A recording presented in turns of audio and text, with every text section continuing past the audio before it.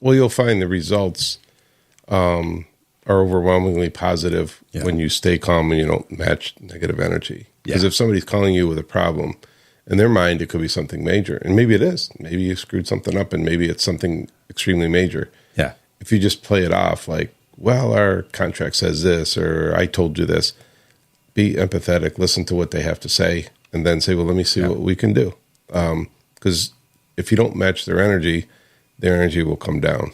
Mm-hmm. You know, because it's rare, but we get the rare customer that calls and they're just looking for a fight. Yep. They're coming at us really hard. And my staff will say, Jeff, you need to talk to this customer. I'll take the call, and I'm as calm as this discussion right now. Yeah. And I use it as a training tool for my office staff as well, because all of our calls are recorded. It tells you that as soon as you call. So when they talk to me, they know they're being recorded, or they forget, or they don't care. But when I talk to them like this, and their energy level is like this, and then I say, listen, I'm just here to help you. And my staff can hear how I kind of diffuse the situation, because sometimes they don't know what to do. They just know this guy's irate, and what do I do? Yep. So I talk to the customer, and normally by the time we hang up, they're very excited that they talked to me. I look forward to you coming out, Jeff. Thank you so much. And, you get the results you want when you come out with kindness. But with us, I'll bring your energy level down, because I'm not gonna match it. Yeah. And if you can't bring it down, just call me back later when we could talk better, because if it's a shouting match, nobody's going to get anything done. Wow.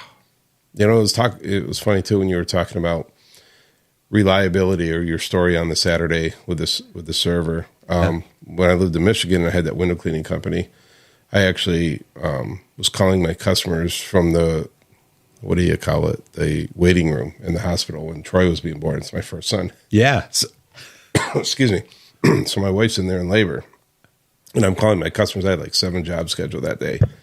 And I said, listen, my wife's in labor. And they're like, what are you doing talking to me? Get back in there. I said, well, I have an obligation. You're like, don't worry about me. My windows will still be here when your baby's born. They just could not believe that I was calling, but I was kind of a one-man show. It was just me. Back then. And they're expecting me. So I got to let them know that, unfortunately, I won't be there today. And they're just rushing me off the phone to get back to my wife. But even my wife knows that's how I run my business. But that's why I've been successful in those areas, is because I always take care of the customer. Yeah. And they were just amazed that I was doing this from the hospital. But yes.